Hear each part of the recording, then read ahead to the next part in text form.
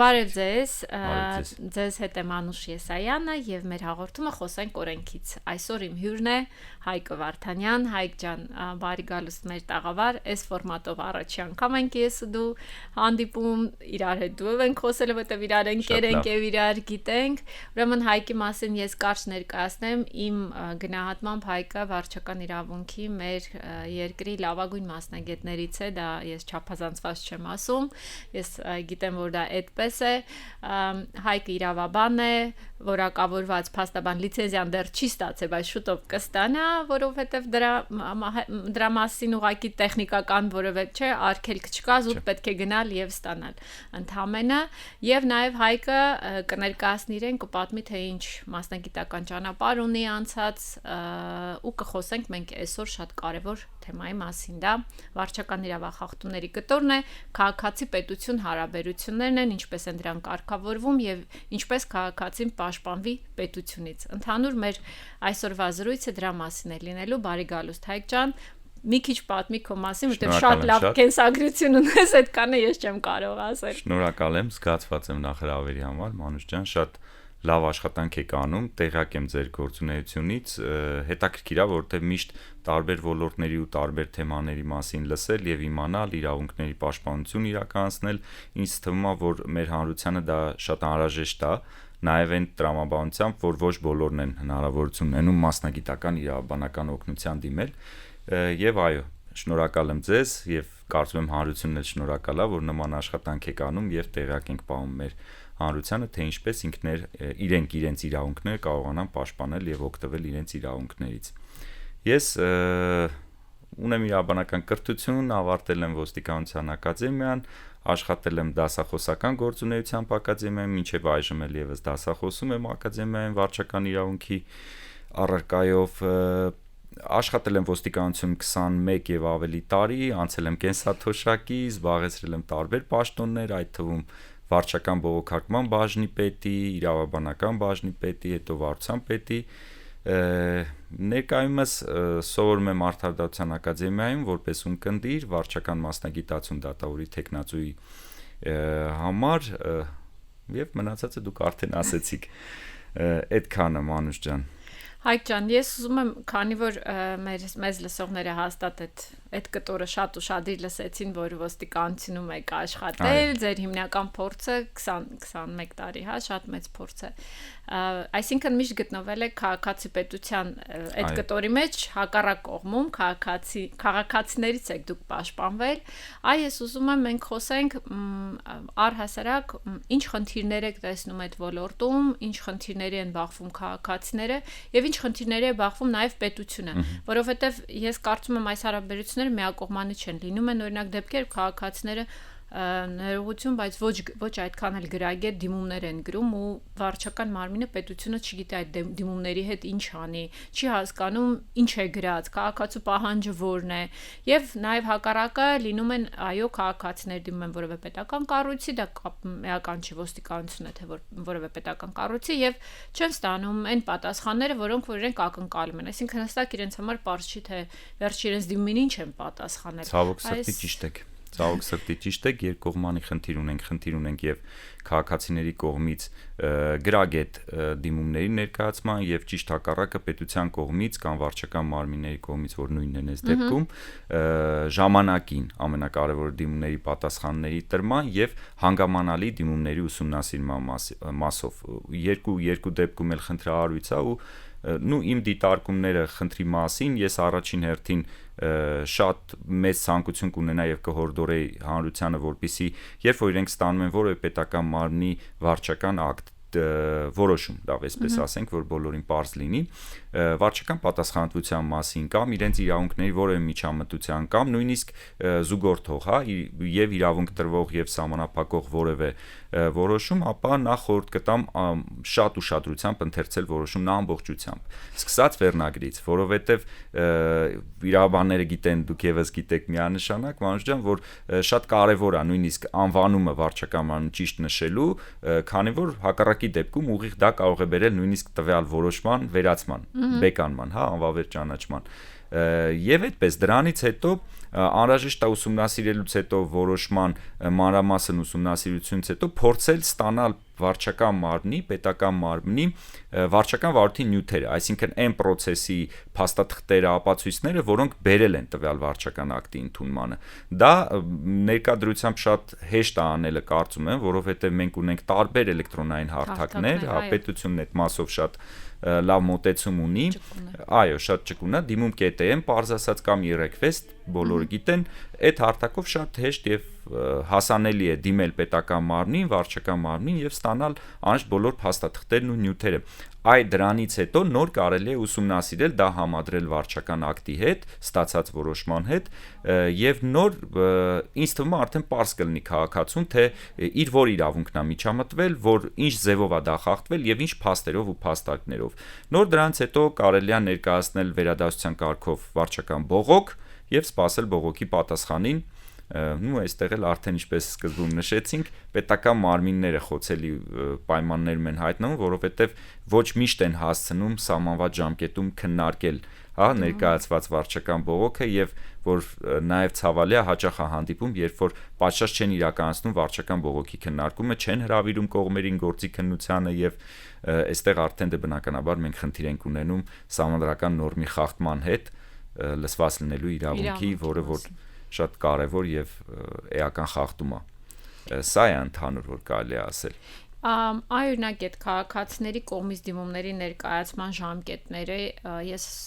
հաճախ եմ դրա մասին խոսում, քաղաքացիները շատ են մտածում, թե ստացան օրինակ, չգիտեմ, որոշում, վերցնենք պրիմիտիվ, որ հասկանալ լինի բոլորին, կարծում եմ որևէ մեկը իր կյանքում գոնե մի անգամ ստանում է, օրինակ, չգիտեմ, կարմիր լույսի խախտում, հա, ստացա որոշումը, այլ քաղաքացին ինչ ժամկետներ ունի, որ դիմի բողոքարկի եւ առաջինը ում բողոք ներկայացնի, գնա դատարան, թե գնա պետության դեմ։ Շատ པարզ բանաձև ունենք, հետեւյալն է, 20 թվականի հունվարի 1-ից, եթե չեմ սխալվում, փոփոխություն տեղի ունեցավ հատկապես այդ մասով, որ որոշ վարչական իրավախախտումներ եւ մասնավորապես ճանապարհային երթևեկության անվտանգության բնագավառի պարտադիր ենթակա դարձան վարչական բողոքարկման, որից հետո նոր անձը իրավունք է ստանում բողոքարկել նաեւ իր որոշումը դատական կարգով, եթե չի բավարարում վարչական բողոքարկման արդյունքներով։ Բանաձևը շատ པարզ է, որոշումը ստանալուց հետո, པարզ ասած կամ իրավաբանորեն ասած ուժի մեջ մտնելուց հետո ունենք 30 օրյա ժամկետ բողոք ներկայացնելու համար, բայց պետք է այստեղ ուշադիր լինենք, որովհետև շատ է ինքը շփոթվում 1 ամսյա ժամկետի հետ, շատ կարևոր է հիշել, որ դա 1 ամիս չի եւ 30 օր է, որովհետև հաճախ դրա պատճառով մարդիկ բաց են թողում բողոքարկման ժամկետը, սխալվում են իրենց բողոքը ներկայացնելու ժամկետներում։ Բողոքը կարող են ներկայացնել այն վարչական մարմնին, որը կայացրել է տվյալ որոշումը, կամ տվյալ վարչական մարմնի վերադաս վարչական մարմնին։ Այստեղ էլ իհարկե շատ լավ նշեցիք, խնդիր տեսնում եմ ես, ինչի մասով, որովհետև էլի հաճախ հանդիպում է, որ երբ որ անձը բողոքարկում է վարչական ակտը վարչական մարմնին, դրանից հետո փորձում է բողոքարկել վերադաս վարչական մարմնին, շատ հաճախ է պատահում, երբ որ նորից նույն բողոքը ստացվում է հենց այն վարչական մարմնի մոտ, ով որ վերադասության կարգով արդեն տվյալ բողոքարկմանը պատասխան է ներկայացնել, այդտեղ խնդիր կա, որտեղ ինստիտուտը ոնց որ թե պետական համակարգում թերի է աշխատում, այսինքն ես ամեն դեպքում իմ պրակտիկայում դեռ չեմ հանդիպել կամ շատ քիչ եմ հանդիպել դեպքերի, երբ որ վերադաս վարչական մարմին իրականում իրականացնում է բողոքարկման վարույթ եւ արձագանքում տվյալ բողոքին։ Սա է։ Դե դրանից հետո արդեն բնականաբար երկամսյա ժամկետում, երբ որ ստանում են արդեն վերադաս վարչական մարմնի կամ վարչական մարմնի բողոքը եւ չեն բավարարվում նրա պատասխանով, կարող են բողոքարկել արդեն դատական կարգով։ Ես ուզում եմ մենք նշենք, որ այս կարգը գործում է կոնկրետ օրինակ ոստիկանություն, հա, ներքին գործերի նախարարություն, քաղաքացի հարաբերություն եւ ոչ բոլոր օրինակ չինը ՊԿ-ի հետ դա չի գործում, հա, տարբեր տեսչական մարմինների հետ դա չի գործում։ Այս դեպքում էլ էլի վարչական ակտի բողոքարկման ժամկետները 2 ամիսն է, 2 ամսյա ժամկետն է, այս մասով եւս մեր քաղաքացիները պետք է ուշադիր լինեն եւ հասկանան,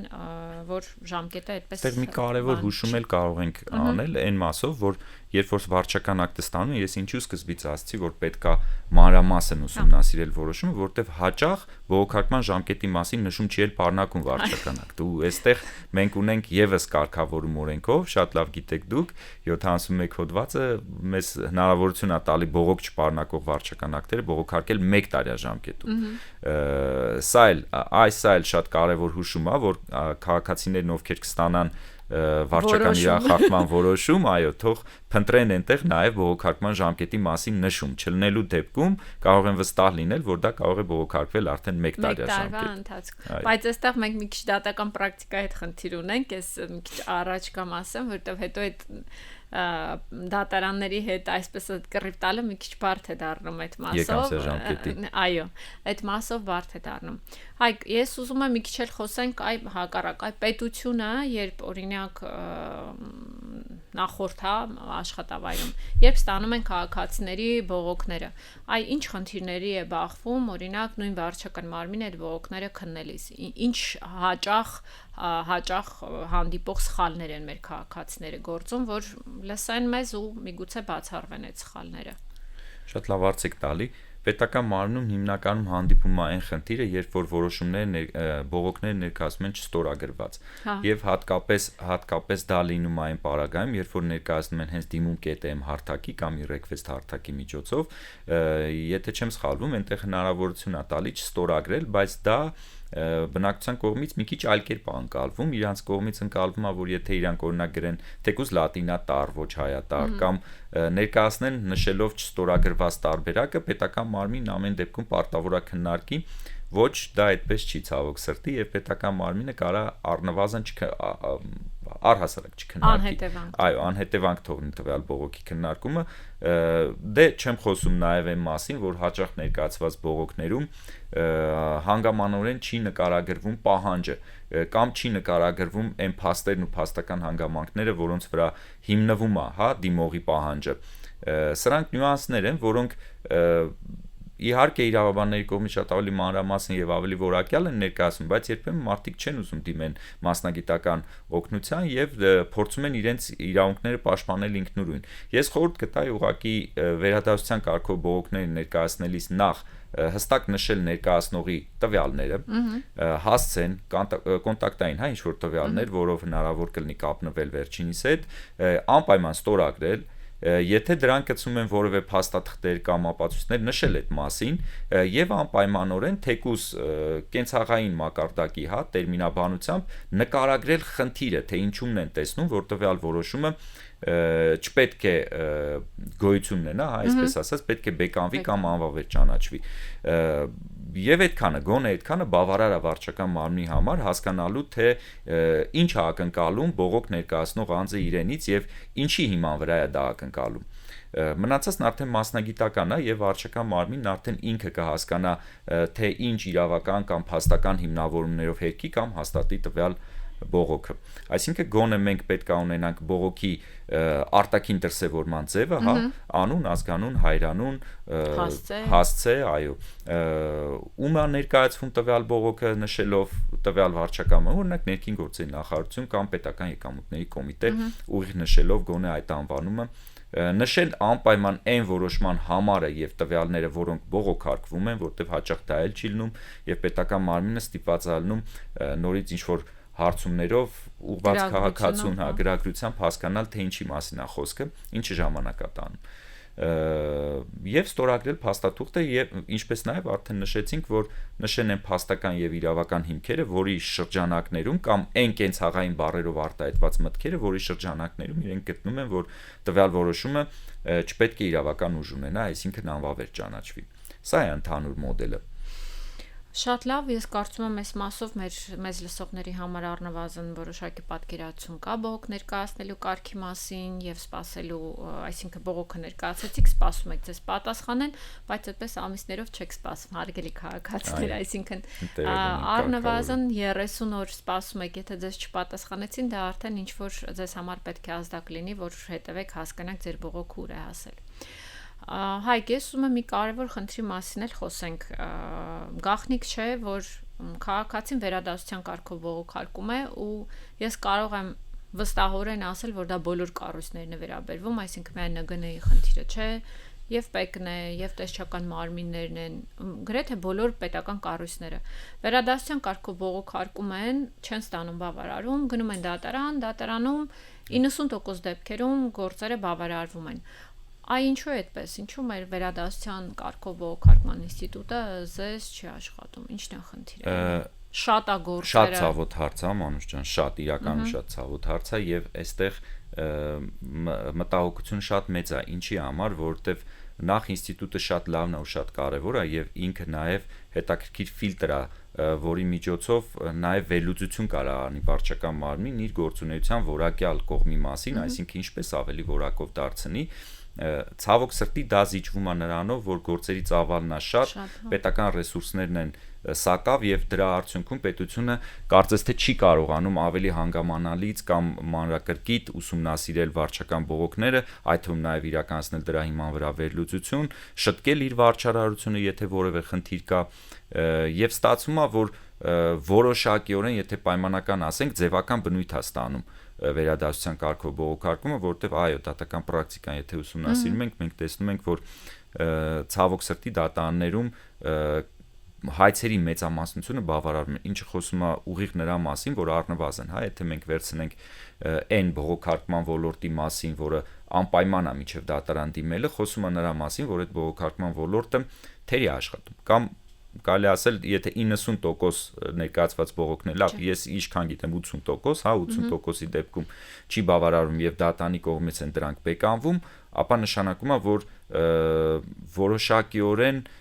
ոչ պատշաճ մոտեցում են ցուցաբերում այդ վարույթներին։ Ինձ թվում է պետական ռեսուրսի սակավության պատճառն է առավել շատ, որովհետև ես երբ որ ես էի աշխատում այդ շրջանում, շատ կարճ ժամանակ եմ զբաղեցրել բողոքների քննության բաժնի պետի պաշտոնը, մոտ երևի 6 ամիս, 5 ամիս, ամեն դեպքում ես նաև, բայց այդտեղ խնդիր կա նաև այն մասով, որ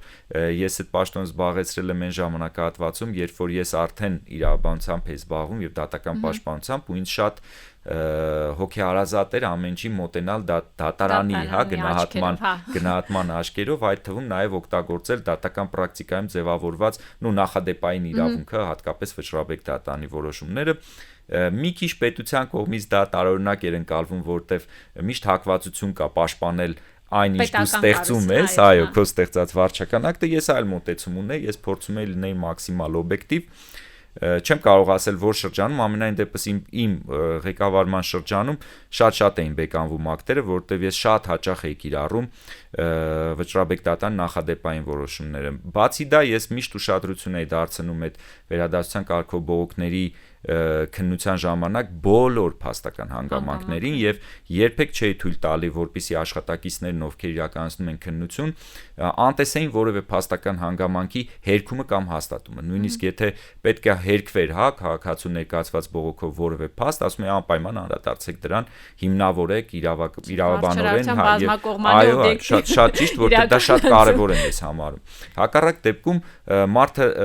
հա, վերցնում են օրինակ ձևական, հա, պահանջներ նայում են, ասում են, չէ, դե լավ, այստեղ բողոքը բավարարման ենթակա չի, մերժում են բողոքը, մարդը գնում է դատարան եւ դատարան մարդը ներկայացնում է, որ իր փաստական հանգամանքներն ամբողջությամբ չեն անդրադարձել եւ կար նաեւ անվավեր ճանաչելու մեկ այլ հիմք եւ դատարանն արդեն անվավեր է ճանաչում։ Մենք խնդիր ենք սրանով ստեղծում պետության համար, այսինքն հանրությունն ինքը միասնական մի համակարգ է պետության մեջ եւ չի կարելի տարանջատել հանրությանն առանձին, պետությանն առանձին, որովհետեւ հենց այդ նույն բողոքարկման վարույթի արդյունքների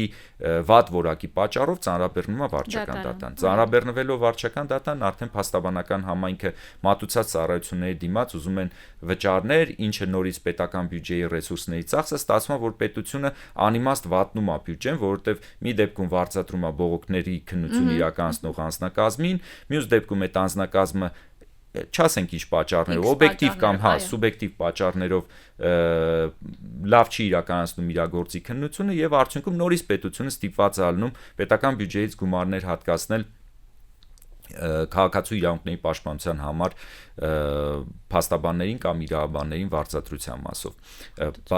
չխոսենք նաև այն մասին, որ դրա արդյունքում ծանրաբեռնում են դատարանները, սարսափելի են ծանրաբեռնվում, ու կարևոր գործերի քննությունները ընկնում են երկրորդ պլանը։ Ցավոք սրտի ակամայից մենք եկանք ոնց որ ՆԳՆ-ի դաշտ, մենակ անցյալ տարվա դրությամբ 13000 կամ մի քիչ ավել կամ պակաս հայցադիմումներ ներկայացվել են միայն ՆԳՆ-ի դեմ։ Սարսափելի թիվ է, եթե նայենք, որ գործի բարդության տեսանկյունից դրանք այդքան էլ բարդ իրավաբանական խնդիրներ չեն, բայց ծավալային տեսանկյունից դատաների համար էական ծավալ են եւ աշխատաժամանակի աշխատատարության համար ռեսուրս են խլում դատարանից։ Սա է, այսինքն ես միշտ հակված եմ նրան, որ մենք ունենանք սկզբունքային իրավական վեճեր, չեմ ասի թե ՆԳՆ-ի վեճերը երբեմն չեն լինում սկզբունքային, լինում են այո, իրավունքի զարգացման մասով, մենք ունենք նույնիսկ համանդրական դատարանի որոշումներ այդ մասով, որոնք բերել են իրավունքի զարգացմանը կամ վճռաբեկ դատարանի, այո, նման վեճեր պետք է լինեն, բայց այնպիսի տեխնիկական պատճառներով մերժումներ, որոնք հետագայում դատարան միանշանակորեն բավարարում են, կարծում եմ մի քիչ հարիր չի։ Ես մի օրինակ էստեղ բերեմ փաստաբանական պրակտիկայից։ Եթե հիշողությունս չի դավաճանում, մի 4 տարի առաջ ՊԿ իր կողմից իր կայացված վարչական ակտերը ՀԴՄ-ի, այսպես ասեմ, որ բոլորին պարզ լինի, ՀԴՄ-ի տուգանքների մասով համատարած ինքնուրույն անվավեր ճանաչեց, մենք այդ ժամանակ ես մոտավորապես մի 10 գործ ունեի դատարանում ու այդպես կարճվեցին այդ վարույթները։ Ինչու սա արեց ՊԿ, այդ պրակտիկան իդեպ ՆԳՆ-ն հենց չի կիրառում, ու ինձ համար դա զարմանալի է, որովհետև ՊԿ վերցրեց դատական պրակտիկան ուսումնասիրեց, հասկացավ այդ ՀԴՄ-ի տուգանքների, այսպես ասած, բեկանման հիմքերը դատարանում ինչա դատարանը տակը դնում, ինչ հիմքերի է անդրադառնում եւ ինչ խախտումների անդրադառնում։ Իհարկե ՊԿ այստեղ ավելի խորաման գտնվեցին, իրենք օրենսդրական նախաձեռնությամբ հանդես եկան եւ ոչ թե իրենց մոտ այդ վարչարական կտորը ուղղեցին, այլ օրենսդրական նախաձեռնությամբ հանդես եկան եւ վարչարական այդ կտորը բացառեցին որպես վարչական ակտի, այսպես ասած, կայացման հիմքում, ընթացիկ փուլի կարևոր բաղադրիչ, ինչևէ, բայց խնդիրը լուծեցին այնքանով, որ առնվազն էլի իմ պրակտիկայից ասեմ, վերջին շրջանում երևի ՀԴՄ այսպես ասած տուգանքներով եթե դիմել են 50% դեպքերում ասել եմ անիմաստ է գնանք դատարան, որովհետև ակնհայտ հիմնավոր վարչական ակտ է, ու ՆԳՆ-ն ցավոք սրտի նույնիսկ այս մոտեցումը չի կիրառում, բայց այս ուղղակի պատմեցի պրակտիկայից, ես մի հարց ունեմ այստեղ ժամանակին ուսումնասիրում է Ռուսաստանի Դաշնության օրենսդրությունը, այնտեղ մի sense կարևոր իրենք նորմ ունեն, ուրեմն այն պետական պաշտոնյաները, ովքեր որ կայացնում են, որ ովքեր կատարողներն են, որոշում բեկանման որոշում չկատարողը կամ կատարողը վերադարձության կարգով որոշում ընդունողներն են, եթե իրենց կայացրած որոշումները դատարանում բեկանվում են, այդ պետական պաշտոնյայի վրա ադմինիստրատիվ տուգանք է, վարչական տուգանք է նախատեսվում գործող նորմատա ռդեյում մի 4 տարի առաջ ինքը հաստատ գործող էր ու ինձ համար հետաքրքիր էր, ասում է, ու այսպես է մեկնաբանությունը տալիս, ասում է, եթե պետական կառույցը վերցնում է քաղաքացու դիմը քննում է եւ ոչ պաշաճ է քննում եւ այդ քննության արդյունքում քաղաքացին դատարանում կոպիտ ասած հաղթում է, նշանակում է այդ պաշտոնատար անձը թերի է քննել դիմումը եւ ոչ պաշաճ է քննել եւ հետեւաբար իր վրա այսպես ասած տուգանային մոտավորապես 10000 թե 5-ից 10000 ռուբլու այսպիսի տուգանքի մասին էր խոսքը ու ինձ այդ շատ դուր եկավ այդ նորմը ու ես կարծում եմ որ եթե մենք այսպես ասած անգլերեն բառն է գալիս preventional, ինչ որ բան, սահմանափակող նորմեր մենք ունենանք մեր իրավական դաշտում, որ պետական պաշտոնյաներն ամեն անգամ իր անդրադառնում են քաղաքացիների դիմումներին, քաղաքացու բողոքներին եւ այլն, հասկանան, որ իրենք պատասխանատվության կարող են ենթարկել իրենց կատարած ակնհայտ ոչ իրավաչափ վարչարարության համար, այսինքն խոսքը գնում է ակնհայտ ոչ իրավաչափության վարչարարության մասին, այլ ոչ թե բոլոր, այո, այս մասով կարծում եմ մի քիչ ավելի երևի սթափ կլինի, այսինքն ես այստեղ կարծում եմ, որ մենք խնդիր ունենք երկու խնդիր, ունենք մեկը վերադարձության կարգով բողոքարկման ինստիտուտը պետք է բարելավենք եւ երկրորդը նմանատիպ նորմերը որպես զսպող մեխանիզմեր, ելի եմ կրկնում, ոչ համատարած, բայց ակնհայտ ոչ իրավաչափ վարչարարության պարագայում, կարծում եմ շատ տեղին եւ կիրառելի կլինեն։ Ինչ կարծիք կարտահայտես։ Գաղափարի հետ միանշանակ համաձայն եմ, ինչի, որովհետև լավ ասեցիք, ակնհայտ ոչ իրավաչափի դեպքում, Մանուշ ջան, որովհետև մյուսն էլ վտանգավոր է, եթե դա լիներ համատարած, հա, մենք ասենք, որ եթե որևէ դատականացյանում տվյալ որոշումը վերացվել է, ապա բողոք քննողը կամ որոշում կայացնողը պետք է ենթարկվի պատասխանատվության, մի քիչ խնդիր կունենանք, որովհետև կսկսեն խուսափել վարչարության իրականացումից ու այստեղ նաև կխեղաթյուրվի մի կարևոր մի բան, որ հանգամանքները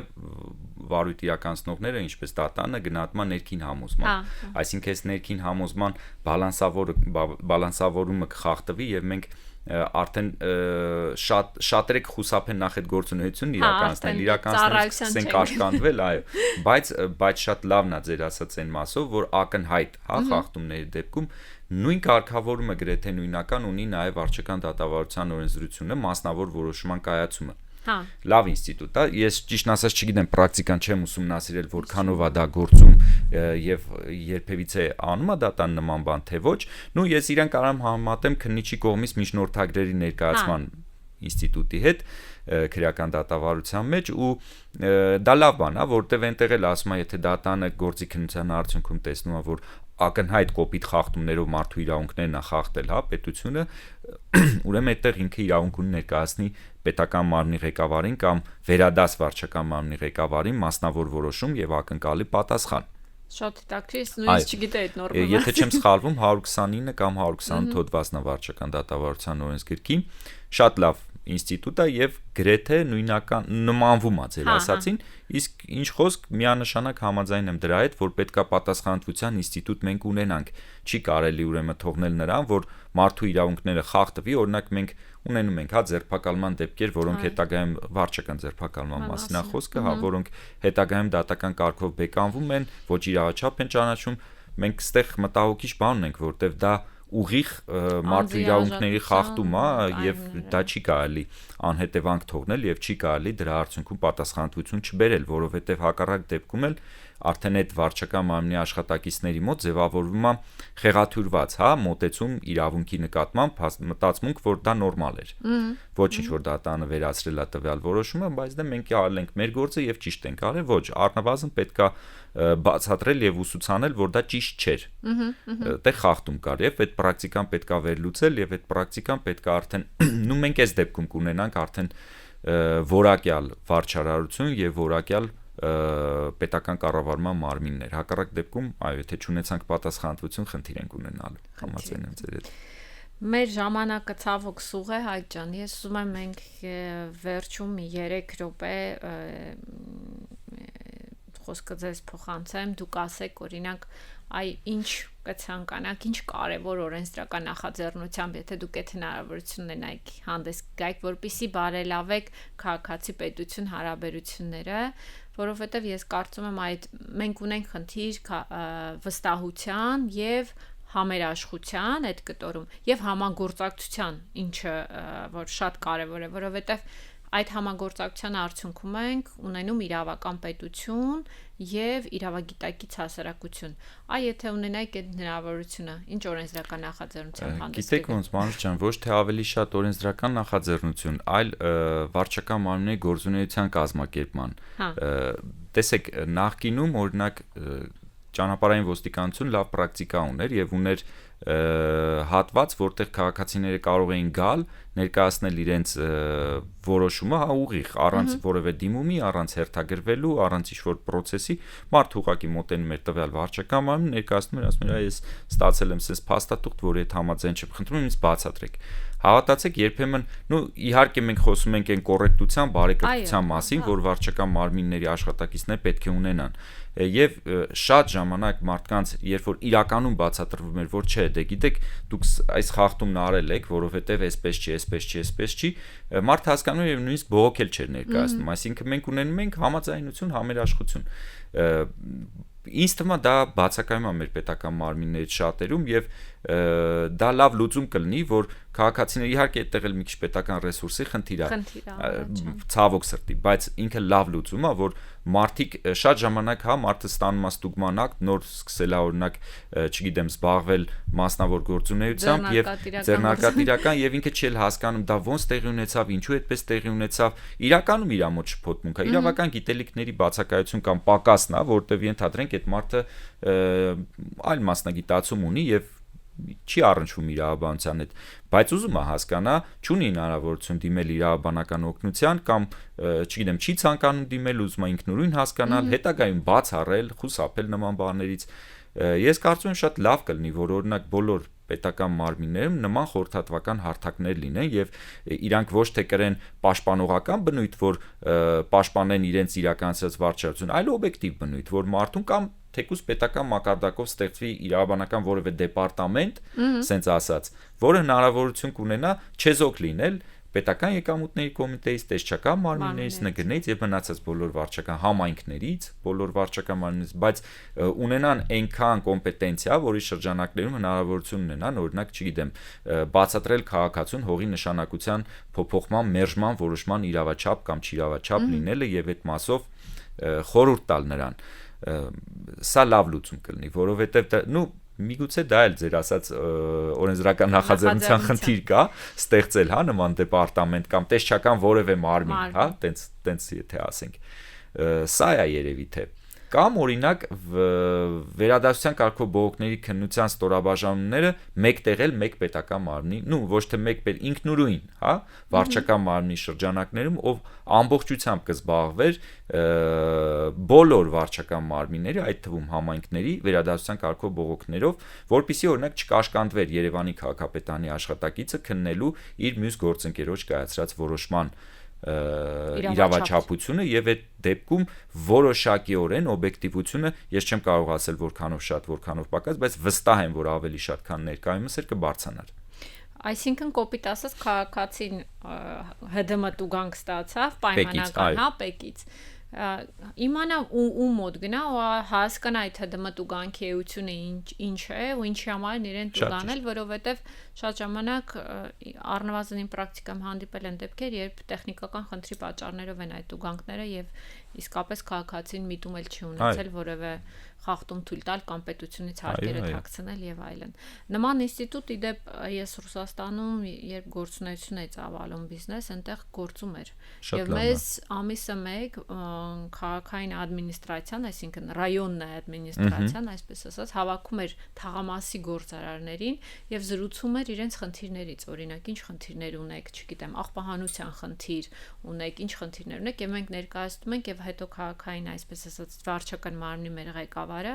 ներկայացնում էր լուծումներ, գրանցում էր, հետո մեզ հետ կապ էին հաստատում։ Սա իհարկե շատ լավ երկխոսություն է, այսինքն մենք կտան, որ ամփոփենք այդ ձեր ասածը, խոսքը գնում է քաղաքացիպետություն, երկխոսության մասին եւ համագործակցության մասին, այնպես որ հուսանք մեզ կլսեն կամ մեզանից որևէ մեկը երբևէ